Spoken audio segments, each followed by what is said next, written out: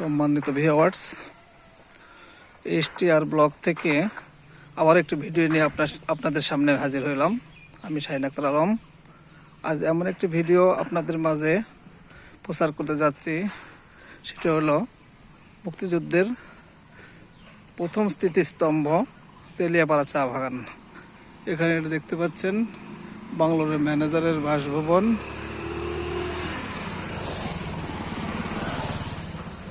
এবং এই সামনেই রাস্তা দিয়েই বাম দিকে প্রবেশ করতে হবে।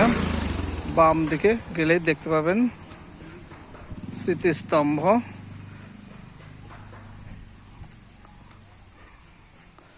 নিরিবিলি একটি জায়গা, চা বাগানের মাঝখানে বাংলোর অবস্থিত।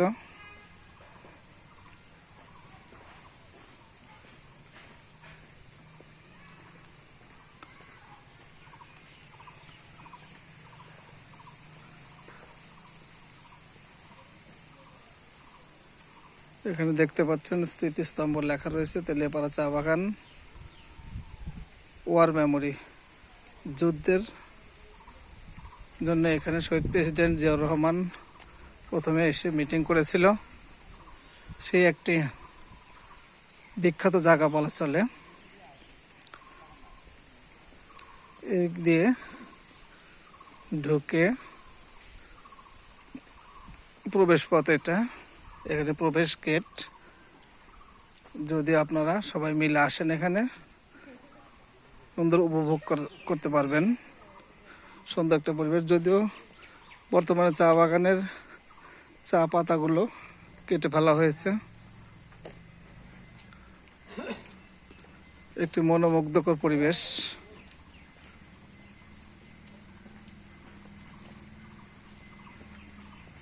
পরিবারের সবাই মিলে আসলে আপনাদের সবার ভালো লাগবে। সুন্দর একটা নিরিবিলি পরিবেশ।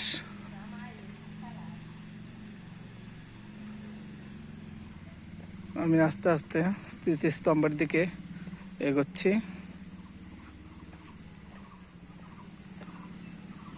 দ্বার প্রান্তে ডান দিকে একটি চা বিক্রয় প্রদর্শনী কেন্দ্র রয়েছে। এখানে মানুষ চা খেয়ে থাকে এবং সময় কাটায়। এখান থেকে চা কিনে নেওয়া যায়। সুন্দর একটি পরিবেশ, না দেখলে বুঝতে পারবেন না আসলে পরিবেশটি কত সুন্দর।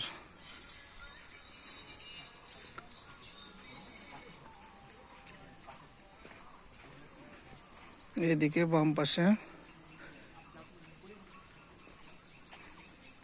হবিগঞ্জ জেলার যত মুক্তিযোদ্ধা রয়েছেন সবার লিস্ট এখানে দেওয়া আছে।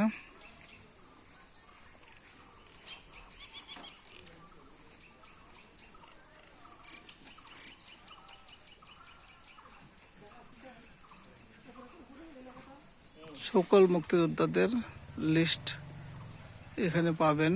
হবিগঞ্জ জেলার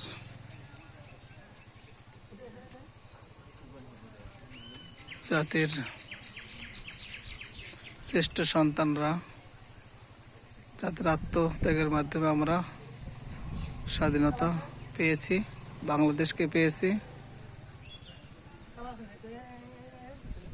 তাদের নাম ফলক এখানে রয়ে গেছে।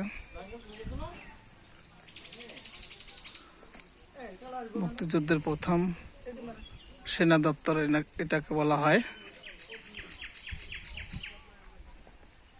মহান মুক্তিযুদ্ধ তেলিয়াপাড়ার প্রথমে এখানে শহীদ প্রেসিডেন্ট জিয়াউর রহমান এসে মিটিং করেন এবং এখান থেকেই বঙ্গবন্ধুর ডাকে সারা বাংলাদেশে মুক্তিযুদ্ধ শুরু হয়।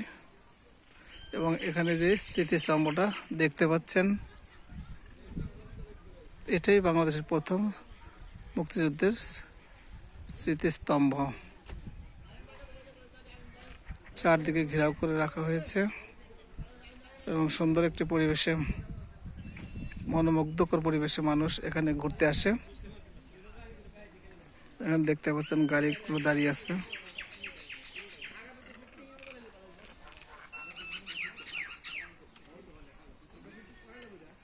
অর্থাৎ ছুটির দিনগুলোতে এখানে মোটামুটি মানুষ ঘুরতে আসে এবং তাদের সময় কাটিয়ে থাকে। সুন্দর একটি মনোমুগ্ধকর পরিবেশ।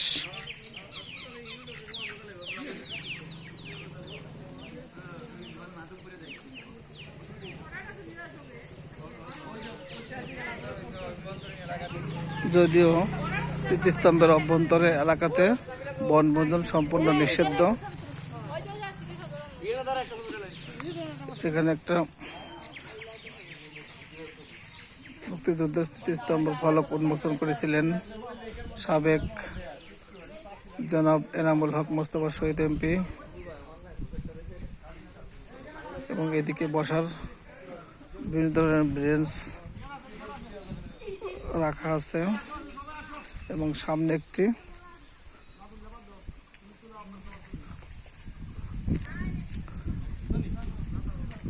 একটি ক্যানেল রয়েছে এবং ক্যানেলটিতে যথেষ্ট পানি রয়েছে এবং সেখানে কিছু শাপলা এবং এখানে হয়তো সম্ভবত মাছ চাষ করে থাকেন এখানকার বাগানের শ্রমিকরা বা স্টাফরা। সুন্দর একটা পরিবেশ। আসলে এই ধরনের পরিবেশে মানুষের অবশ্যই মন পরিবর্তনের জন্য এবং সব কিছু মানুষের উন্মুক্ত পরিবেশে আসলে মানুষের দেহ মন সবই ঠিক থাকে।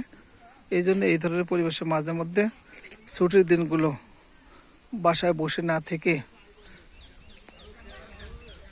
আপনারা ঘুরতে আসবেন এবং এই পরিবেশে আসলে আপনাদের মন ভালো থাকবে, শরীর স্বাস্থ্য ভালো থাকবে। পাশে দেখতে পাচ্ছেন চা বাগান, যদিও চা পাতা এখন তেমন নেই, চা পাতাগুলো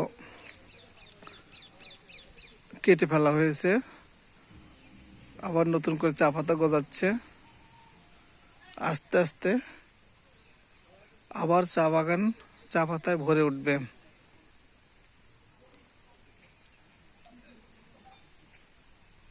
যে ভিডিওটা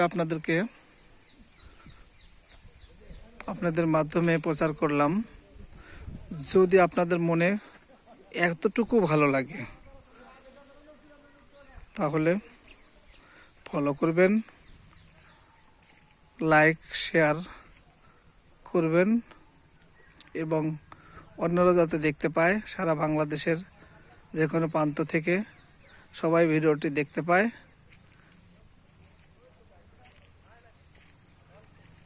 এই আশাই রাখছি।